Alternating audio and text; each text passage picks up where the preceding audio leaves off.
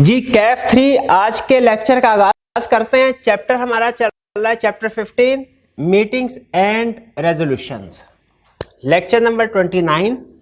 आज के लेक्चर में हम दो कंसेप्ट्स कवर करेंगे। एक वोटिंग सिस्टम के बारे में कि कंपनी में जब फैसले होने होते हैं तो फैसले किस बेस पे, प्रोसीजर क्या होता है वोटिंग का, और प्रॉक्सी एंड रिप्रेजेंटेशन या रिप्रेजेंटेटिव, ये दो टर्म्स हमने आज के लेक्चर में डिस्कस करने हैं। और ये दोनों एग्जाम पॉइंट ऑफ व्यू से अहम है। खासतौर पे केस स्टडी में कुछ कंसेप्ट्स वो इनसे रिलेटेड पूछ लेता है। रिप्रोडक्शन के क्वेश्चन में प्रॉक्सी वाला अहम है और केस स्टडी के पॉइंट ऑफ व्यू से दोनों लर्निंग ऑब्जेक्टिव अहम है। सबसे पहले वोटिंग सिस्टम। कंपनी के अंदर जो फैसले होने हैं, क्या वो फैसले करता कौन है, अथॉरिटी किसके पास है। देखिए, लॉ ने कुछ मैटर्स के ऊपर तो कहा हुआ है इनकी पावर्स है डायरेक्टर के पास, वो हमने डायरेक्टर वाले टॉपिक में पावर्स ऑफ डायरेक्टर में पढ़ा। फिर कुछ मैटर्स ऐसे हैं जिनकी पावर चीफ एग्जीक्यूटिव के पास है, ठीक है, यानी डायरेक्टर्स के पास जो पावर होती है, डायरेक्टर अगर चाहें तो वो उनमें से कुछ पावर चीफ एग्जीक्यूटिव को डेलीगेट कर सकते हैं क्योंकि उनका रिप्रेजेंटेटिव है। तो एक डिसीजन मेकिंग पावर डायरेक्टर के पास है, कुछ decision making power chief executive के पास है, और कुछ डिसीजन मेकिंग पावर्स मेंबर्स के पास है, शेयर होल्डर्स के पास। लेकिन याद रखिए, शेयर होल्डर्स को जो पावर्स दी गई है वो day to day routine nature के मैटर्स के में नहीं दी गई, ठीक है। वो सिर्फ कुछ एक्स्ट्रा ऑर्डिनरी, कुछ जो मोस्ट इंपोर्टेंट मैटर्स हैं उनके ऊपर फैसला करने के लिए शेयर होल्डर्स को पावर दी गई है। और लॉ ने स्पेसिफाई किया हुआ है कि ये मैटर्स होंगे जो शेयर होल्डर्स ने अप्रूव करने हैं, मेंबर्स ने जिनकी अप्रूवल दे दी है, या जो मेंबर्स की अथॉरिटी में आते हैं। जैसे आपको याद होगा, हमने इससे पहले शायद किसी कंसर्न में डिस्कस किया था ऑर्डिनरी बिजनेस, ऑर्डिनरी रेजोल्यूशन और स्पेशल रेजोल्यूशन, और ऑर्डिनरी बिजनेस और स्पेशल बिजनेस। तो लॉ ने डिफरेंट प्लेसेस पे कंपनीज एक्ट में बताया हुआ कि ये वाला मसला है, इसका फैसला शेयर होल्डर्स करेंगे, ये वाला मसला है, इसका फैसला शेयर होल्डर करेंगे। जैसे अल्टरेशन इन आर्टिकल चाहिए, फैसला शेयर होल्डर करेंगे। अल्टरेशन मेमोरेंडम करनी है, फैसला शेयर होल्डर करेंगे। इसके अलावा चीफ फॉर एग्जांपल डायरेक्टर्स को अपॉइंट करना है, ऑडिटर को अपॉइंट करना है, फाइनेंशियल स्टेटमेंट्स को अप्रूव करना है, डिविडेंड को अप्रूव करना है, एसोसिएटेड कंपनी में इन्वेस्टमेंट करनी है, चीफ एग्जीक्यूटिव को रिमूव करना है, ये फैसले शेयर होल्डर्स करेंगे। तो लॉ ने लिस्ट बताई हुई है। हमारे सिलेबस की हद तक जो बड़े बड़ी एग्जांपल्स थी वो मैंने आपके साथ अभी शेयर कर दी। तो लॉ ने एग्जांपल्स दे के स्पेसिफाई किया हुआ है कि ये वाले वो मैटर्स हैं जिनकी अप्रूवल करेंगे शेयर होल्डर्स, ये वाले वो मैटर्स हैं जिनकी अप्रूवल करेंगे डायरेक्टर्स। क्वेश्चन यहां पे ये है कि शेयर होल्डर्स की मीटिंग में जो फैसले होंगे, यानी जो शेयर होल्डर्स ने फैसले करने हैं, वो कैसे करेंगे। अब भाई वो अपनी मीटिंग में फैसले करेंगे और कहां करना है उन्हें। तो शेयर होल्डर्स की मीटिंग होगी, यानी जनरल मीटिंग, जिसमें जो भी कोई चीज अप्रूव करनी है, किसी को रिमूव करना है या कोई भी काम करना है, उसके बारे में फैसला कि वो करना है कि नहीं करना, ये फैसला कहां होगा, शेयर होल्डर्स की मीटिंग में, जिसमें सारे शेयर होल्डर्स को इनवाइट किया जाता है और ज्यादातर शेयर होल्डर्स आ जाते हैं। सारे शेयर होल्डर मौजूद नहीं होते क्योंकि हो सकता है कंपनी के 10,000 फॉर एग्जांपल शेयर होल्डर्स हैं, किसी को कोई काम पड़ जाए, इमरजेंसी सिचुएशन हो सकता है मीटिंग को अटेंड ना करे, लेकिन ज्यादातर शेयर होल्डर्स उस मीटिंग में प्रेजेंट होते हैं और वो फिर फैसला करते हैं। तो नॉर्मली शेयर होल्डर्स के जो पावर्स हैं वो कैसे एक्सरसाइज करते हैं, अपनी मीटिंग में, जिसे कहते हैं जनरल मीटिंग। एक और शॉर्टकट भी है। बाज़ औक़ात कुछ ऐसे मामलात होते हैं जिन पे इमरजेंसी एक्शन लेने की जरूरत होती है, तो मीटिंग के अलावा अगर कोई फैसला करना हो ना, कोई रेजोल्यूशन पास करनी हो, रेजोल्यूशन का मतलब क्या आपको बताया था, रेजोल्यूशन का मतलब होता है डिसीजन करना, ठीक है। तो अगर किसी भी मैटर के ऊपर शेयर होल्डर ने डिसीजन करना है तो वो एक मीटिंग बुलाई जाती है, जनरल मीटिंग। अब बाज़ औक़ात जनरल मीटिंग से हटके भी कोई फैसला किया जा सकता है, वो एक रास्ता रखा हुआ है इमरजेंसी सिचुएशन में, जिसे कहते हैं रेजोल्यूशन थ्रू सर्कुलराइजेशन, ठीक है। वो हम आगे चल के स्टडी करेंगे। फिलहाल ये ध्यान में रखिए, शेयर होल्डर्स को लॉ ने जो पावर्स दी है वो कैसे एक्सरसाइज करेंगे, जनरल मीटिंग में। अच्छा, जनरल मीटिंग में जब ये डिसीजन हो रहे होंगे तो क्या कोई जो जिसके पास सबसे ज्यादा शेयर्स है, फर्ज कीजिए कंपनी का सबसे बड़ा शेयर होल्डर मैं हूं और मेरे पास 15% शेयर है, बाकी जितने भी शेयर होल्डर्स हैं उनके पास, किसी के पास 10 हैं, किसी के पास 9, किसी के पास 7, किसी के पास 3.5, इस तरह छोटे छोटे शेयर्स, क्या मेरे कहने पे सारे फैसले होंगे? लॉ कहता है नहीं। ठीक है, ये कोई मार्शल लॉ नहीं है, इसमें जमहूरी तर्जे अमल के मुताबिक फैसले होंगे, यानी जिधर मेजोरिटी होगी। ठीक है, जिधर मेजोरिटी होगी। अब वो फैसले किस तरीके से होंगे कंपनी के अंदर, वो हम आज के लेक्चर में डिस्कस करने जा रहे हैं। तो थीम हमारे आज के लेक्चर का क्या है कि अगर कोई पावर शेयर होल्डर ने एक्सरसाइज करनी है, कोई मैटर अप्रूव करना है, उसके ऊपर फैसला करना है, तो वो फैसला कैसे होगा? इसका आंसर ये फैसला होगा वोटिंग सिस्टम के मुताबिक। फैसला ऐसे नहीं होगा जैसे मार्शल लॉ में होता है कि एक बंदे ने कह दिया बस ऐसे होना है तो ऐसे ही होना है, उसी का कहा गया सारा कानून है। नहीं, बल्कि जमहूरियत में कैसे फैसले होते हैं? वोट्स के जरिए, अवाम के वोट्स के जरिए। तो सारे शेयर होल्डर्स के वोट्स को गिना जाएगा और मेजॉरिटी ऑफ वोट्स जिस बात की तायीद करेंगे उसी को मान लिया जाएगा कि वो अप्रूव हो गई है, जिसके हक में फैसला देंगे। तो शेयर होल्डर्स की मीटिंग में फैसले कैसे होंगे? वोटिंग के जरिए से। अच्छा, वोट कास्ट करना जहन में रखिएगा, हर शेयर होल्डर का बुनियादी हक है, स्टैट्यूटरी राइट है। और ये कंसेप्ट जो मैं अभी बताने जा रहा हूं ये मर्केंटाइल लॉ में भी यूज होगा, वहां बल्कि उधर की केस स्टडी में ज्यादा यूज होता है। स्टैट्यूटरी राइट या बेसिक राइट का मतलब क्या है कि आप किसी भी बंदे को उसके उस बुनियादी राइट से महरूम नहीं कर सकते। जैसे मैं किसी कंपनी के शेयर होल्डर, क्या डायरेक्टर ये कह सकते हैं कि सर कंपनी के शेयर होल्डर्स हैं 50, 45 आके जो मर्जी फैसला कर ले, 5 को राइट नहीं है कि वो आके मीटिंग में वोट कास्ट करे।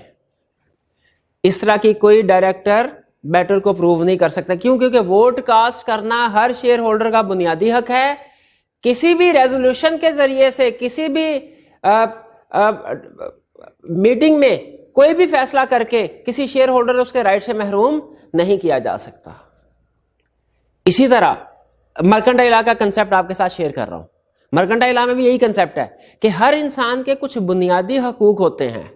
आप एग्रीमेंट करके, रेजोल्यूशन वगैरह पास करके उसको उसके बुनियादी हकूक से महरूम नहीं कर सकते।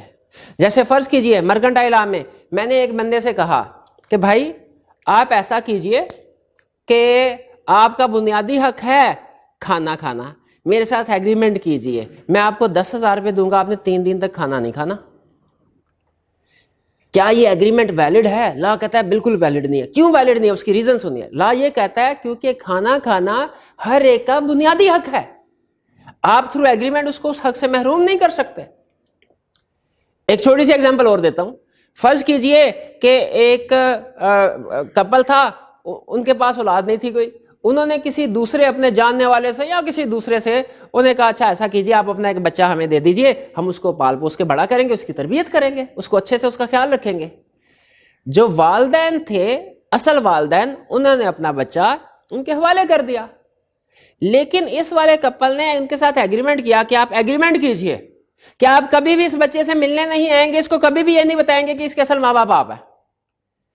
तो याद रखिए अगर ये एग्रीमेंट हो भी जाता है, लॉ कहता है कानून की नजरों में इस एग्रीमेंट की कोई अहमियत नहीं है। रीजन क्या है? रीजन ये कि हर वालिदैन का बुनियादी हक है कि वो अपने बच्चों की परवरिश करें, अपने बच्चों की देखभाल करें, जब उनका दिल करे अपने बच्चों से मिले। हाँ, अपनी मर्जी से उन्होंने अगर बच्चा उसके हैंड ओवर कर दिया, ठीक है कर दिया, लेकिन लीगली उन्हें मिलने से नहीं रोका जा सकता। तो ये याद रखिए, लॉ का एक बुनियादी कंसेप्ट होता है कि जो किसी भी बंदे के जो बुनियादी हकूक है, आप उनको बाय एग्रीमेंट उन हकूक से महरूम नहीं कर सकते। तो वोट कास्ट करना हर शेयर होल्डर का बुनियादी हक है। आप किसी भी एग्रीमेंट वगैरह के जरिए उसे उस बुनियादी हक से महरूम नहीं कर सकते। चलें, अब ये कंसेप्ट तो हमने समझ लिया, स्टैट्यूटरी राइट का मतलब क्या है। आगे चलते हैं। शेयर होल्डर्स की मीटिंग में फैसले होंगे, भाई वोटिंग होगी। वोटिंग कैसे होगी? अच्छा, पिछले दिनों जब सेनेट के इलेक्शन हो रहे थे तो वो शोर मचता था, आपने अक्सर देखा होगा, सुना होगा शायद, कि कुछ लोग कहते थे कि जी खुफिया वोटिंग होनी चाहिए, बैलेटिंग वगैरह, कुछ कहते थे ओपन होनी चाहिए। तो वोटिंग दो तरह से होती है। एक, अब देखिए ये जनरल, मैंने सिर्फ एग्जांपल दी है, वरना जनरल मीटिंग में वोटिंग का तरीकाकार कुछ और होता है और सेनेट में वोटिंग का तरीकाकार कुछ और होता है। इसी तरह इलेक्शन जो होते हैं, जनरल इलेक्शन पाकिस्तान के, इसमें वोटिंग का तरीकाकार कुछ और होता है। हम इस वक्त सिर्फ और सिर्फ मीटिंग में वोटिंग कैसे होगी वो तरीकाकार पढ़ रहे हैं। तो जनरल मीटिंग में वोटिंग की दो ऑप्शंस होती हैं। एक होती है ओपन वोटिंग, जिसमें हर एक को पता चल जाता है कि इस भाई ने ये रेजोल्यूशन के हक में वोट दिया है, इस भाई ने उसके खिलाफ वोट दिया है। पता चल जाता है इस मेंबर ने क्या वोट दिया, इस मेंबर ने क्या वोट दिया। ओपन, सबको पता चलता है। इसे कहते हैं show of hand. Show of hand में होता क्या है? शो ऑफ हैंड में चेयरमैन ऑफ द मीटिंग जो होगा वो कहेगा हाँ भाई हमारे सामने ये रेजोल्यूशन आई है। क्या रेजोल्यूशन? के रजिस्टर्ड ऑफिस को कराची से शिफ्ट कर दिया जाए मुल्तान में। जरा बताइए कौन कौन से मेंबर्स हैं जो कि इस रेजोल्यूशन के हक में हैं। तो जो हक में होंगे वो अपना हाथ उठाएंगे, और याद रखें एक हाथ उठाएंगे, दोनों हाथ नहीं उठाएंगे।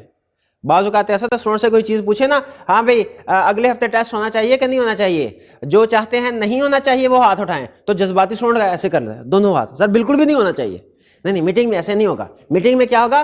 दायां हाथ उठाना है सबने, ठीक है। और इससे ज्यादा क्वेश्चन आपने नहीं पूछने। फिजिकल क्लास होती है ना, उसमें उल्टे सीधे सवाल पूछते हैं। सर अगर किसी का दायां हाथ ही ना हो वो बायां कर दे, अब बायां भी ना हो, नहीं इतना नहीं सोचना, ला इतना कॉम्प्लेक्स नहीं है ये, आगे प्रोसीजरल इश्यूज हैं उनकी तरफ हमने नहीं जाना। तो शो ऑफ हैंड में क्या होगा? चेयरमैन कहेगा हाँ भाई बोलो, इस रेजोल्यूशन की फेवर में जो लोग हैं, जो मेंबर्स हैं, हाथ उठाएं। हर मेंबर अपना हाथ उठाएगा, वो हाथ गिन लेगा। चेयरमैन क्या करेगा? हाथ गिन लेगा। फिर कहेगा अच्छा जो इस रेजोल्यूशन के अगेंस्ट है वो हाथ उठाएं, वो भी हाथ उठाएंगे। चेयरमैन वो भी हाथ गिन लेगा और फिर इसके बाद फैसला कर लेगा कि किसके वोट ज्यादा हैं। जिसके वोट ज्यादा होंगे वो रेजोल्यूशन पास हो गई, ठीक है। ये है voting by show of hand. अच्छा, इसके कुछ असूल हैं, वो सुन लीजिए। पहला असूल, at first instance, show of hand के जरिए से ना 5 मिनट लगते हैं, 5 मिनट। 5 मिनट के अंदर अंदर रेजोल्यूशन का फैसला हो जाता है यस है कि नो है, 5 मिनट के अंदर। इसका जो ऑपोजिट होता है ना, पोलिंग। पोलिंग क्या होता है? पोलिंग वैसा ही तरीकाकार है जैसे हम इलेक्शन में वोट कास्ट करते हैं। अगर आप में से किसी ने इलेक्शन में वोट कास्ट किया हो तो आपको पता होगा एक डब्बा बनता है और कुछ पर्चियां होती हैं जिनके ऊपर निशान होते हैं। हमने अपने जो भी हमारा ओपिनियन होता है, जो फैसला होता है, उस निशान के ऊपर टिक लगाना होता है और उसको बंद करके डब्बे में डाल देते हैं, घर वापस आ जाते हैं। क्या किसी और को पता चलता है हमने उधर क्या टिक लगाया? नहीं पता चलता। और फिर क्या होता है, शाम को जब सारे वोट कास्ट हो जाते हैं, वो जो भी प्रिजाइडिंग ऑफिसर होता है वो डब्बा खोलता है, गिनता है किसके कितने वोट है, कितने वोट इस पार्टी के, कितने वोट इस पार्टी, कितने, जिसके सबसे ज्यादा वोट होते हैं उसको अनाउंस कर देता है। ये जो तरीका होता है ना, ये पोलिंग वाला तरीकाकार है। इसमें लेकिन बड़ा टाइम लगता है। आपको पता है वो गवर्नमेंट, ये जो जिमनी इलेक्शन होते हैं तो कोर्ट ने ऑर्डर किया जिमनी इलेक्शन करवाओ, क्या इलेक्शन कमीशन अगले दिन इलेक्शन करवा देता है? नहीं, इसके लिए टाइम चाहिए होता है। वो 2 हफ्ते, 3 हफ्ते, 4 हफ्ते, 5, जितना भी वो मुनासिब समझते हैं वो टाइम लेते हैं, क्योंकि इसके लिए इंतजाम करने होते हैं, ड्यूटीज लगानी होती है लोगों की, ठीक है। वो बैलेट पेपर जो है वो प्रिंट करवाने होते हैं। तो पोलिंग एक टाइम कंज्यूमिंग है। शो ऑफ हैंड इमीडिएटली फैसला हो जाता है, कम खर्च वाला नशी, इसीलिए प्रेफरेंस इसको दी जाती है। एट फर्स्ट इंस्टेंस का मतलब क्या है? कोई भी फैसला होगा प्रेफरेंस इसको दी जाएगी, पहले शो ऑफ हैंड्स को, कि फैसला शो ऑफ हैंड के जरिए से हो जाए तो ठीक है। हां, अगर फैसला वो मैटर बड़ा क्रिटिकल है तो फिर पोलिंग की ऑप्शन भी एक्सरसाइज की जा सकती है, उसकी तरफ बाद में आएंगे। पहले फैसला कैसे होगा? शो ऑफ हैंड के जरिए से इमीडिएटली फैसला हो जाता है। शो ऑफ हैंड में हर मेंबर का कितने वोट होंगे? 1 वोट। जिसके पास 1 शेयर है उसके कितने वोट? 1। जिसके पास 1000 शेयर है उसके कितने वोट? 1। जिसके पास 1 लाख वोट, 1 लाख शेयर है, उसके कितने वोट? 1। इसका मतलब है शो ऑफ हैंड में छोटा बड़ा सारे एक बराबर, सबका एक ही वोट होगा। Each member one vote. Proxy cannot vote वोट, प्रॉक्सी वोट कास्ट नहीं कर सकता। प्रॉक्सी कौन होता है, ये मैंने आपको बताया किसी लेक्चर में। जिस तरह आप जब कॉलेज से गैर हाजिरी करते हैं, साथ वाले को कहते हैं यार मेरी प्रॉक्सी लगवा देना, आपकी जगह पे वो मौजूद होता है बोलने के लिए, यस सर, उसे कहते हैं प्रॉक्सी। प्रॉक्सी का मतलब वो बंदा नहीं है जो एब्सेंट है। प्रॉक्सी का मतलब क्या है, जो एब्सेंट की जगह पे बोलता है वो प्रॉक्सी है। तो अगर कोई मेंबर, लॉ ने ये राइट दिया हुआ है मेंबर्स को कि अगर वो गैर हाजिर हैं तो अपनी जगह पे किसी और को प्रॉक्सी पॉइंट करके भेज सकते हैं, लेकिन वो प्रॉक्सी शो ऑफ हैंड में वोट कास्ट नहीं करेगा। शो ऑफ हैंड में वोट का, अच्छा पोलिंग में पता नहीं करेगा, मुझे लग रहा है शायद पोलिंग में इसकी इजाजत हो, लेकिन बहरहाल शो ऑफ हैंड में प्रॉक्सी वोट नहीं करेगा। और जब सारे वोट गिन लेगा, अच्छा गिनेगा कौन, चेयरमैन, और चेयरमैन गिनेगा, और जो एक मिनट बुक होती है, मिनट बुक समझते हैं क्या होती है, मीटिंग की सारी कार्रवाई जहां लिखी होती है, रिकॉर्ड सारा, मीटिंग में क्या क्या फैसले हुए, उसे मिनट बुक कहते हैं।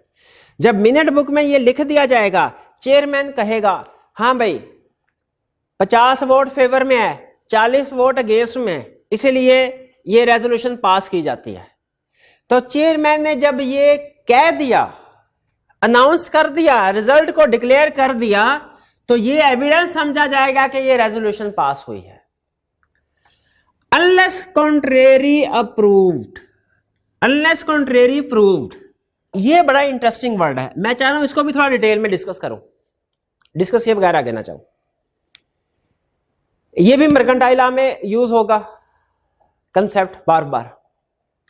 अनलेस कॉन्ट्रेरी प्रूव्ड का, जब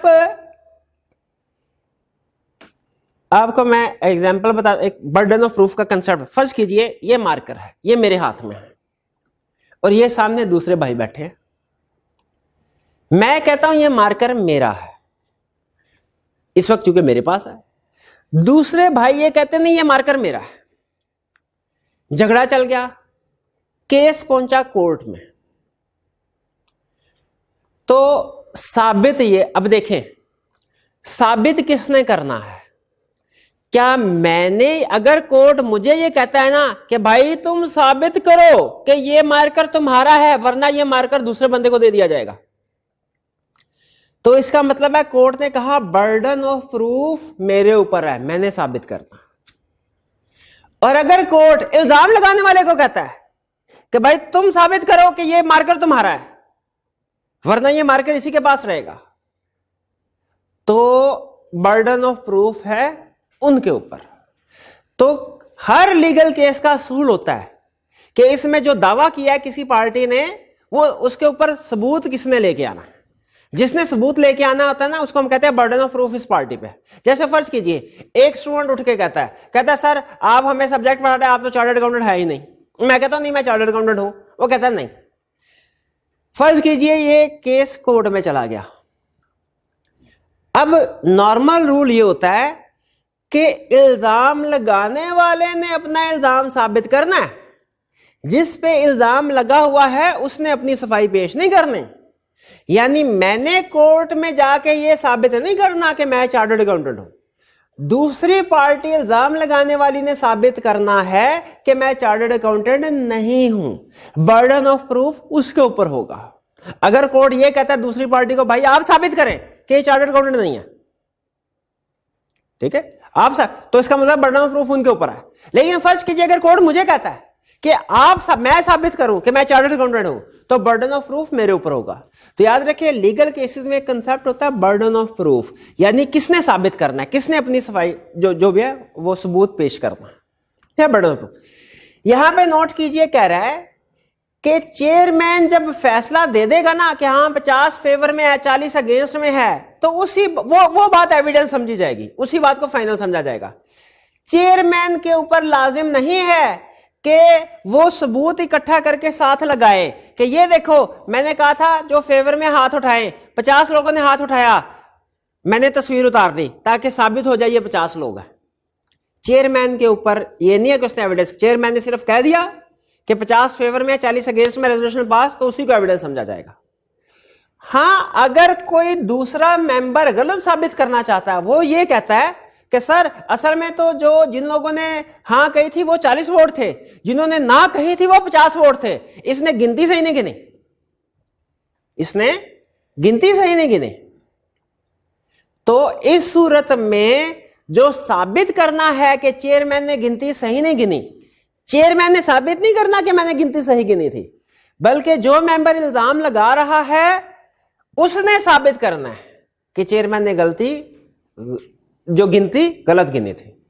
यह है इस बात का मतलब कि अनलेस कॉन्ट्रेरी प्रूव्ड, यानी जो भी चेयरमैन रिजल्ट डिक्लेयर करेगा कि रेजोल्यूशन पास हुई है कि नहीं, उसे ही फाइनल समझा जाएगा, उसे ही फाइनल समझा जाएगा। जो मिनट बुक में एंट्री होगी वही सबूत है इस बात का। हाँ, अगर किसी मेंबर को इतराज है और वो साबित कर दे, सबूत ले आए, तो फिर उसकी बात को समझा जाएगा, वरना नॉर्मली चेयरमैन को ही ओके समझा जाएगा। यह है हमारा शो ऑफ हैंड्स का कंसेप्ट।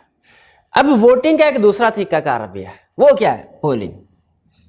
ठीक है, इन शॉर्ट पोलिंग कैसे है? जैसे जनरल इलेक्शन में होती है। इसके रूल्स क्या हैं? रूल्स ये हैं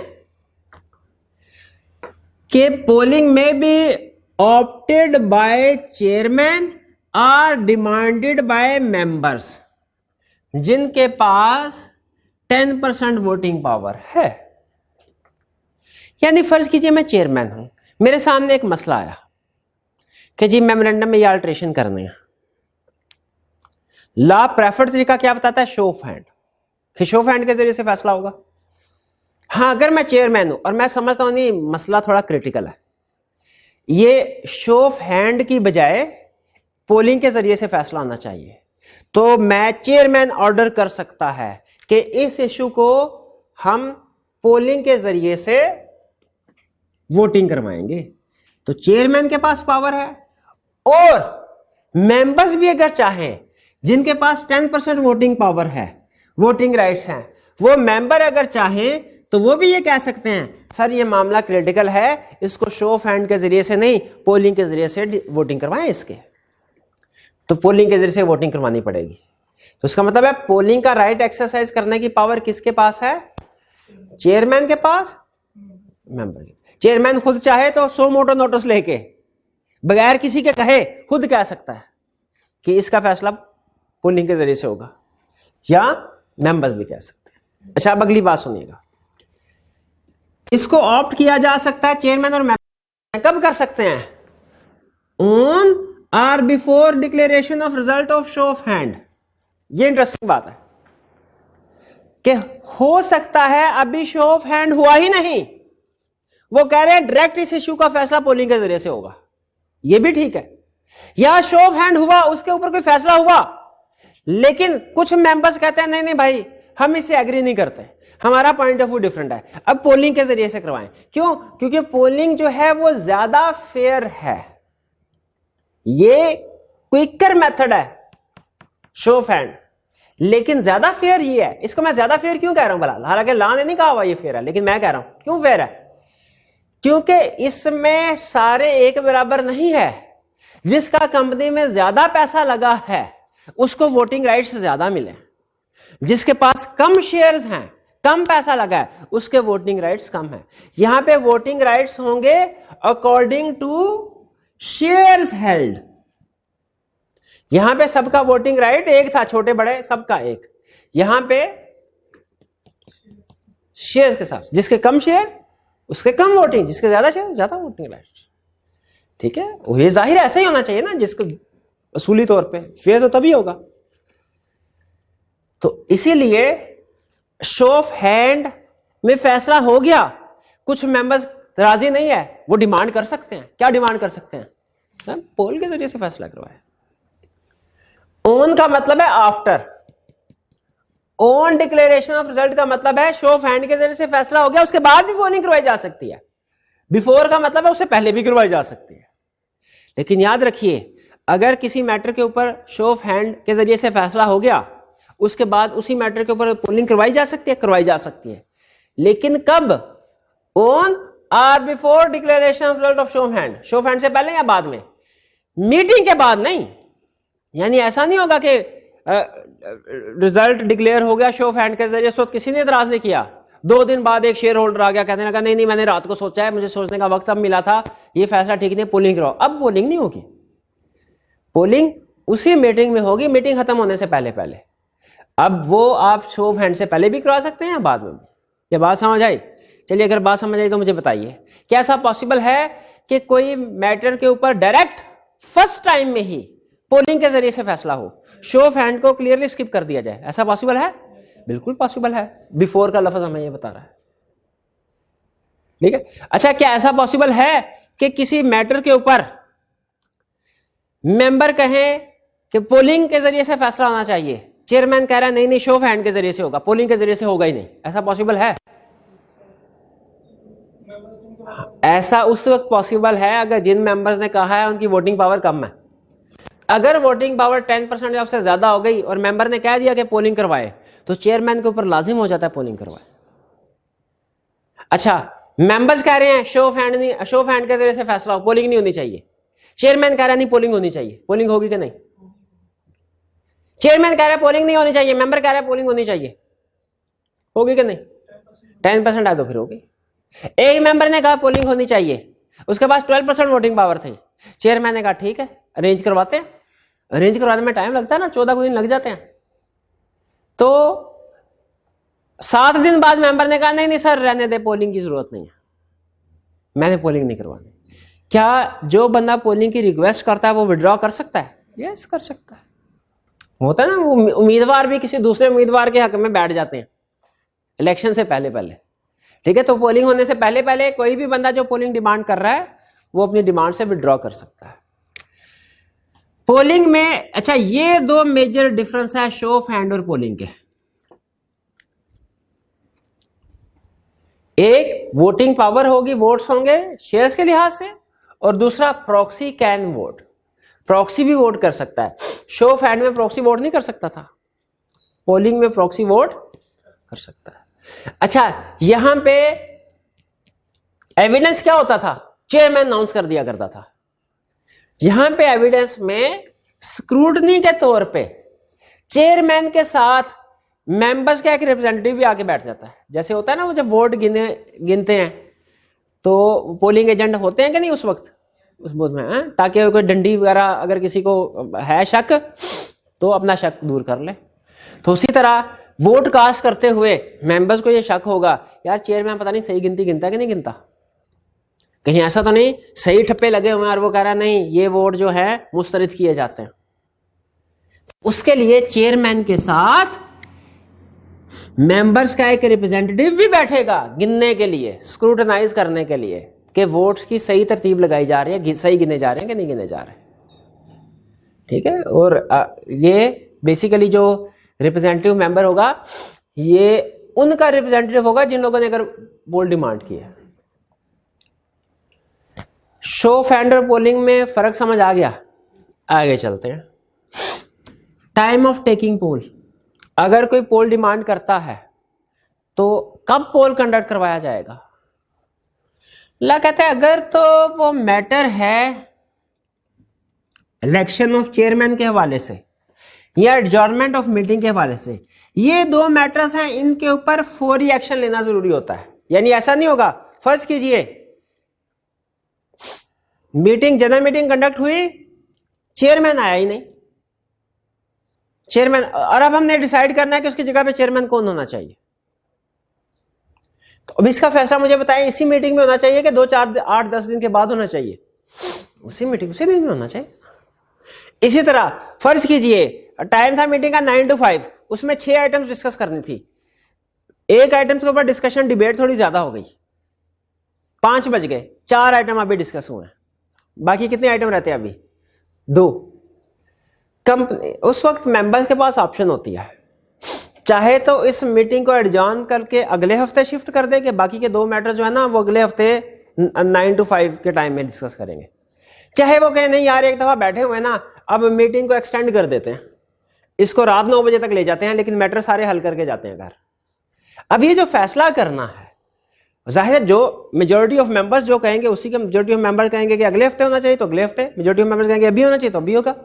लेकिन ये इसके ऊपर जो पोलिंग होगी वो बताइए इमीडिएटली होगी कि 2-4 दिन के बाद?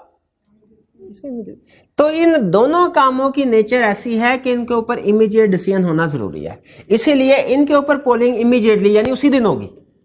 बाकी जितने भी मैटर्स हैं उनके ऊपर कोई बंदा पोलिंग डिमांड करता है कोई मेंबर, तो याद रखिए पोलिंग की अरेंजमेंट करनी होती है, डब्बे बनाने होते हैं, बैलेट पेपर छापने होते हैं, उसके अरेंजमेंट के लिए टाइम लगता है। उसके लिए लॉ ने 14 दिन रखे हुए हैं। पोलिंग करवाई जाएगी 14 डेज में, विद इन 14 डेज, यानी 14 दिन के अंदर अंदर, 14 दिन से ज्यादा डिले नहीं किया जाएगा।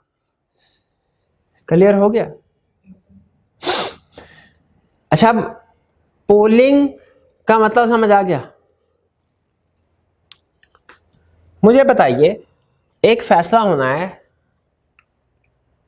फैसला क्या कि चीफ एग्जीक्यूटिव को रिमूव करना है। क्या मेंबर्स रिमूव कर सकते हैं चीफ एग्जीक्यूटिव को? मेंबर चीफ एग्जीक्यूटिव को अपॉइंट कर सकते हैं? अपॉइंट नहीं कर सकते, अपॉइंट डायरेक्टर्स करेंगे। रिमूव कर सकते हैं? हाँ, रिमूव डायरेक्टर भी कर सकते हैं, मेंबर्स भी कर सकते हैं, लेकिन उसके लिए मेंबर्स को क्या चाहिए होगा? Special resolution. डेट है जी, जनरल मीटिंग हुई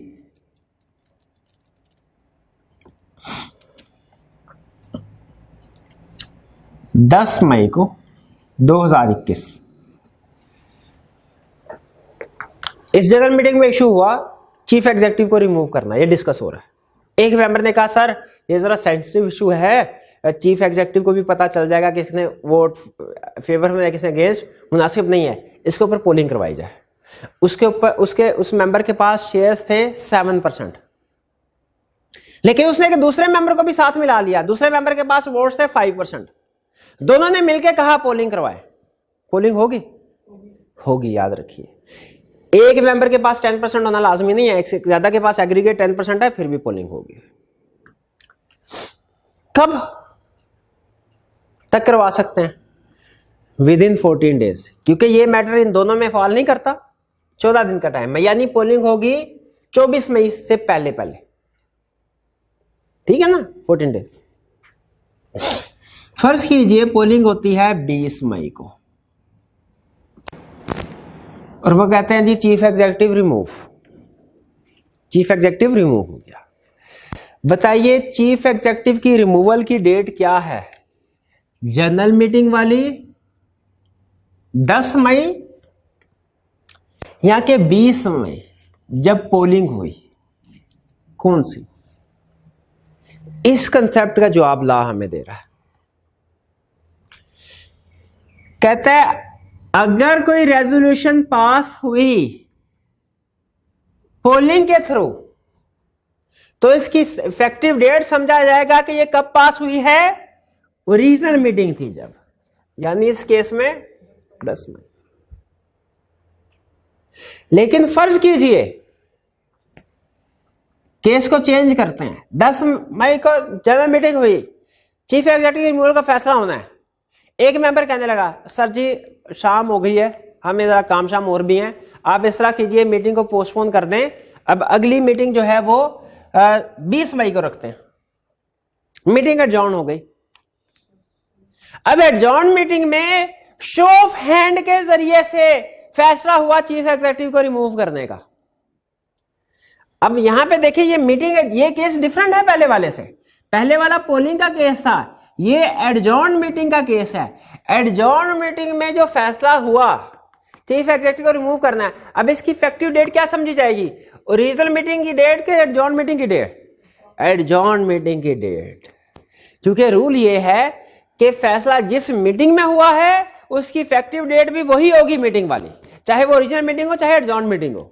पोल असल में मीटिंग नहीं होती, पोल जब कंडक्ट करवाना होता है ना तो वो सिर्फ पोलिंग कंडक्ट करवाई जाते हैं, मीटिंग दोबारा कंडक्ट नहीं होती। इसलिए अगर पोलिंग में कोई फैसला हुआ है उसकी इफेक्टिव डेट कौन सी समझी जाएगी? ओरिजिनल मीटिंग वाली। लेकिन अगर एडजॉर्न मीटिंग में कोई फैसला हुआ है उसकी इफेक्टिव डेट क्या समझी जाएगी? एडजॉर्न मीटिंग वाले भी, उसकी इफेक्टिव डेट पुरानी ओरिजिनल मीटिंग नहीं समझी जाएगी।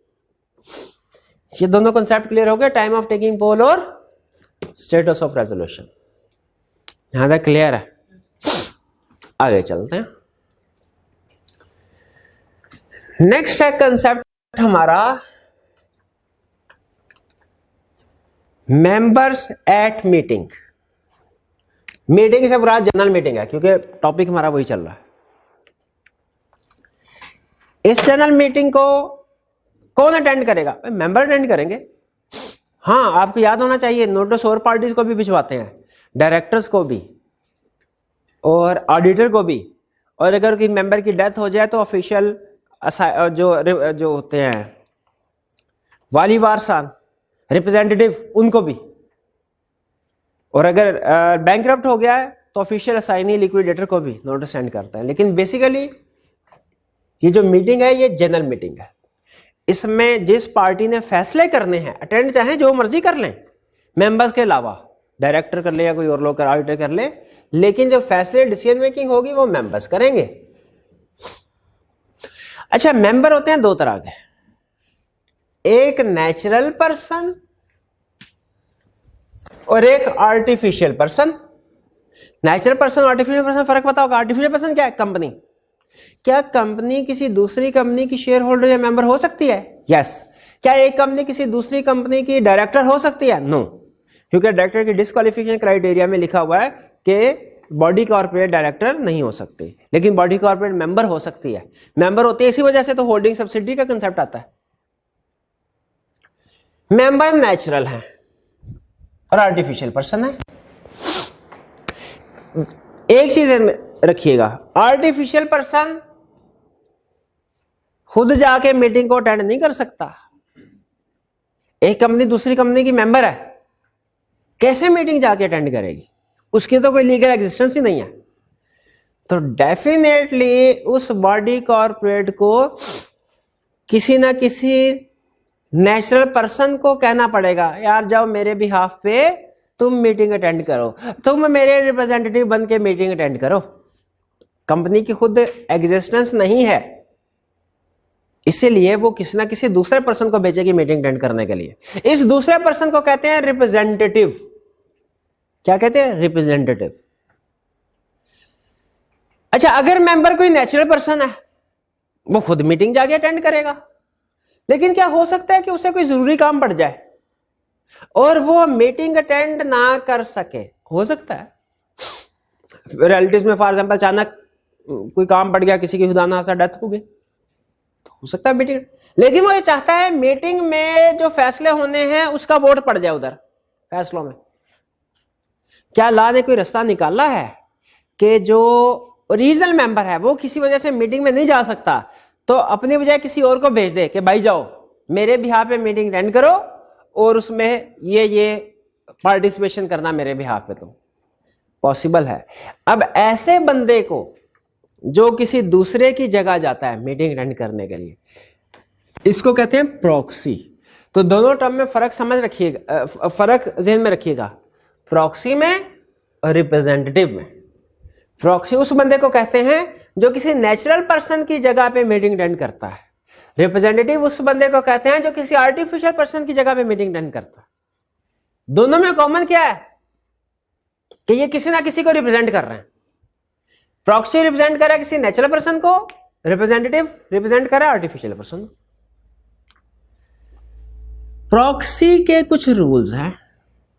जैसे अगर मैंने प्रॉक्सी किसी को अपॉइंट करना है ना, तो मैं फोन नहीं करूंगा कंपनी के सेक्रेटरी को कि मैं अपनी जगह पे इसको अपॉइंट कर रहा हूं। रिटन फॉर्म में मुझे लिख के देना पड़ेगा।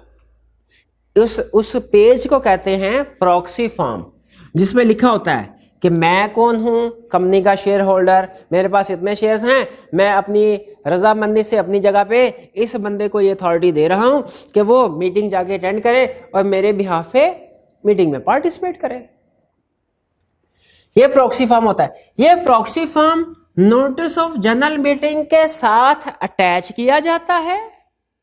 नोटिस ऑफ जनरल मीटिंग के साथ अटैच, ताकि अगर आप खुद नहीं आ सकते किसी दूसरे को भेज दे अपनी जगह पे। और नोटिस में लिखा होता है क्या कि आपके पास राइट है अपनी जगह पे किसी प्रॉक्सी को अपॉइंट कर ले और उस प्रॉक्सी के ये राइट्स होंगे। वो सारे राइट्स जो मेंबर के पास होते हैं, सारे राइट्स प्रॉक्सी के पास होते हैं, सिवाय एक राइट के। क्या प्रॉक्सी आगे फर्दर किसी को प्रॉक्सी पॉइंट नहीं कर सकता। मेंबर के पास ये राइट होता है ना प्रॉक्सी पॉइंट करने का, प्रॉक्सी के पास ये राइट नहीं है कि प्रॉक्सी को पॉइंट करे। कॉमन सेंस की बात है बहरहाल। अच्छा, तो प्रॉक्सी पॉइंट किया जा सकता है,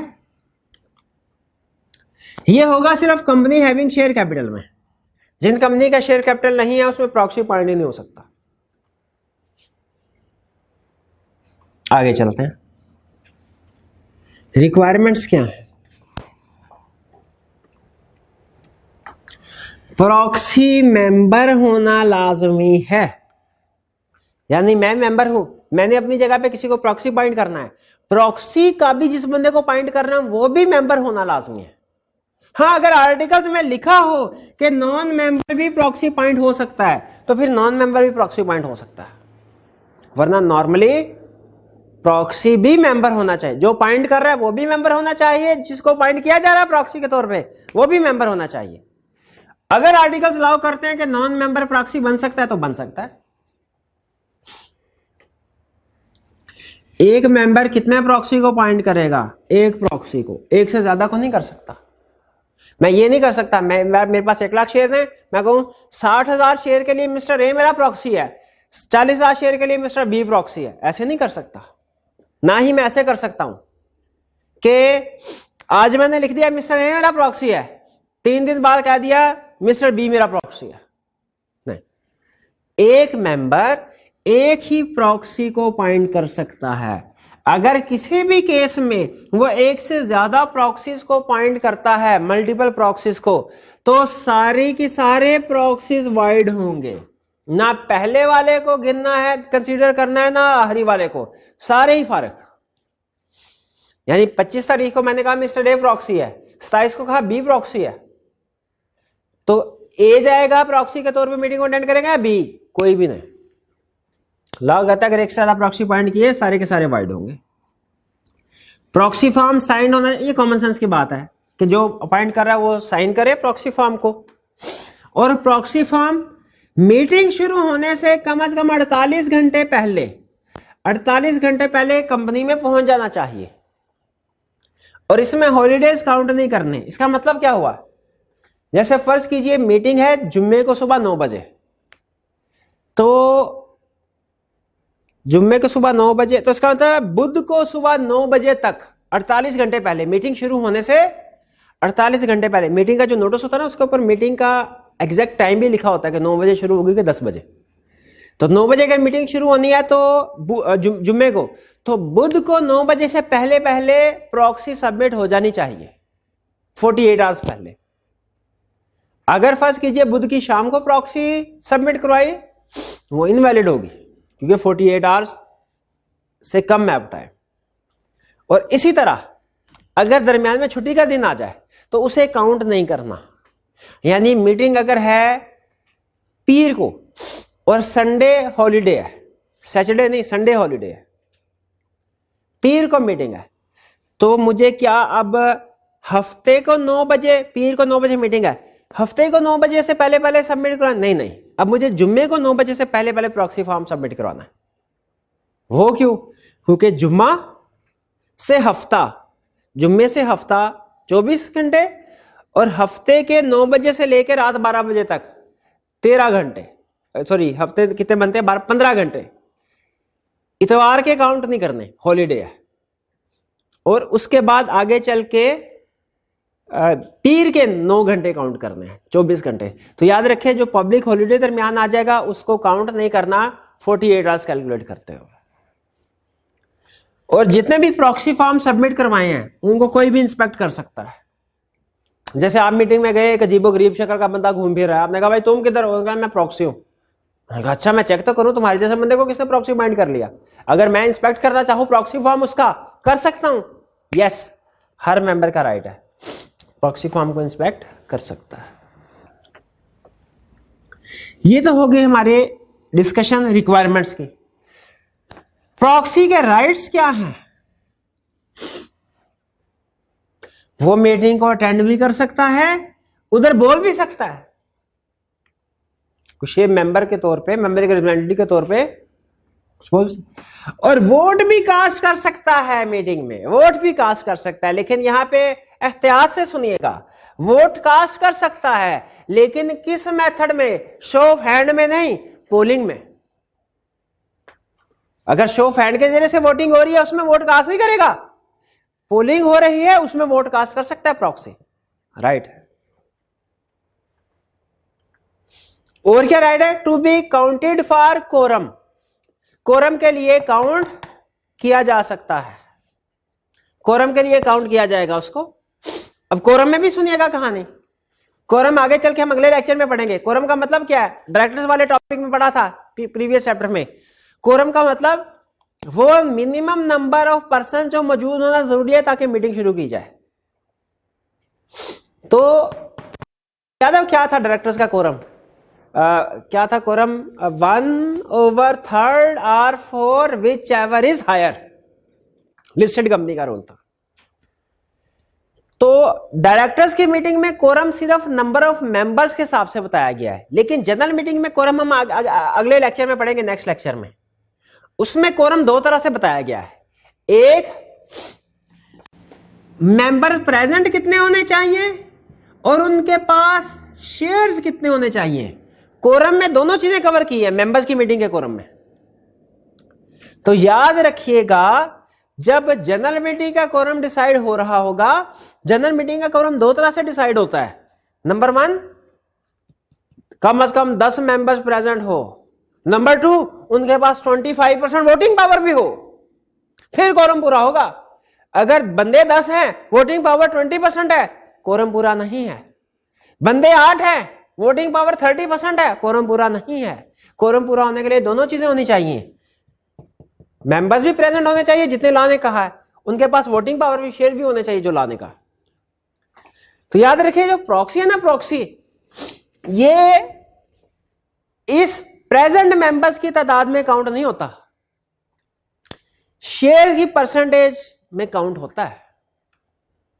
तो ध्यान में रखिएगा, वोट में भी बताया, वोट के दो तरह से वोटिंग सिस्टम है। एक में प्रॉक्सी काउंट हो रहा है, दूसरे में नहीं हो रहा।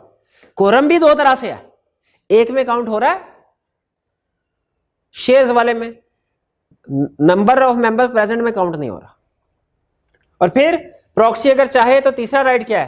पोल डिमांड कर सकता है। यानी वो जो हमने कहा बताया था ना, 10% मेंबर्स होने चाहिए पोल डिमांड करने के लिए, तो उनमें प्रॉक्सी भी डिमांड कर सकता है। अब आते हैं आर्टिफिशियल पर्सन, जैसे कोई कंपनी, जैसे गवर्नमेंट।